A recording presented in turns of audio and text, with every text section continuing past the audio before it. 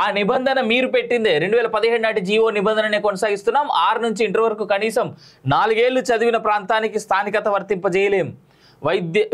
వైద్య విద్య ప్రవేశాల్లో స్థానికతపై కేటీఆర్ వ్యాఖ్యలకు బదులిచ్చిన మంత్రి రాజనరసింహ అంటూ చూస్తా ఉన్నాం. ఒకడి మీద ఒకడు దుమ్మెత్తి పోసుకోవడం తప్ప ఇంకేం కనబడతలేదు. రైట్, ఇక ఒలింపిక్స్ వైపు వస్తే ఈ రెండైతే పథకాలు బలంగా కనిపిస్తూ ఉన్నాయి. నిన్న నేను ఆల్రెడీ చెప్పిన, నేను పిఆర్ శ్రీజేష్ గురించి ఎక్కువ పొగడొద్దు అనుకుంటే ఆయన పొగిడిన. నిన్న పాపం ఇండియా గోల్డ్ మెడల్ సాధించేటువంటి అవకాశాన్ని కోల్పోయింది. 3-2 గోల్స్ తేడాతో, అంటే ఒక గోల్ తేడాతో ఇండియా నిన్న ఓడిపోవడం జరిగింది. సో మేబీ మనం ఒక బంగారం, సిల్వర్, కాంస్యం అనుకుంటా, కాంస్యం గెలిచేందుకు అవకాశం అయితే ఉంది. యా, వాహ్ వినేష్ అంటూ ఇక్కడ ఆ అమ్మాయి ఆడినటువంటి రెజ్లింగ్ దాన్ని చూపిస్తూ ఉన్నాం. బట్ వా నీరజ్ అని ఎందుకు రాయలేదండి? ఇద్దరు ఫైనల్లో ఉన్నారు ఇవాళ.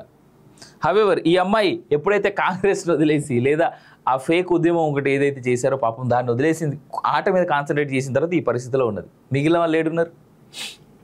ప్యారిస్ ఒలింపిక్స్లో ఫైనల్ చేరిన భారత రెజ్లర్ ఈ ఘనత సాధించిన తొలి మహిళగా రికార్డు. నేడు అమెరికా యువతతో స్వర్ణం కోసం పోరు. జావెలిన్ త్రోలో తుది సమరానికి నీరజ్ చోప్రా వచ్చిండు, ఇసిరిండు, పోయిండు, కథం అది గోల్డ్. ఒలింపిక్స్ మహిళల 50 కేజీల రెజ్లింగ్ భారత క్రీడాకారిణి వినేష్ ఫోగట్కు తొలి రౌండ్ ప్రత్యర్థి జపాన్కు చెందిన అజేయ రెజ్లర్ సుసాకి, డిఫెండింగ్ ఛాంపియన్ కూడా. అభిమానులంతా ఆశలు వదిలేసుకున్నారు, కానీ అద్భుతం చేసింది వినేష్.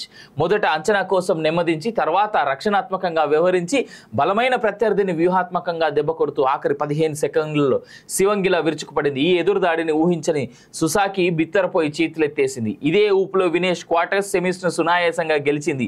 ఒలింపిక్స్లో ఫైనల్ చేరిన తొలి భారత మహిళా రెజ్లర్గా రికార్డులకు ఎక్కింది. బుధవారం రాత్రి America wrestler Sarah హిలెడే బ్రాంట్తో Vinesh తలపడనుంది.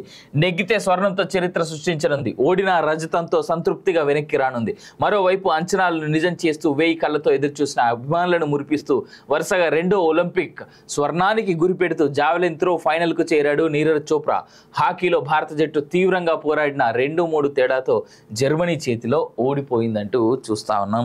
All the best to Vinesh and all the best to Neeraj. ఇద్దరు గోల్డ్ తీసుకురండి అంతే. ఈ దేశానికి అంతకంటే ఎక్కువ మేము కోరుకునేది కూడా ఏం లేదు.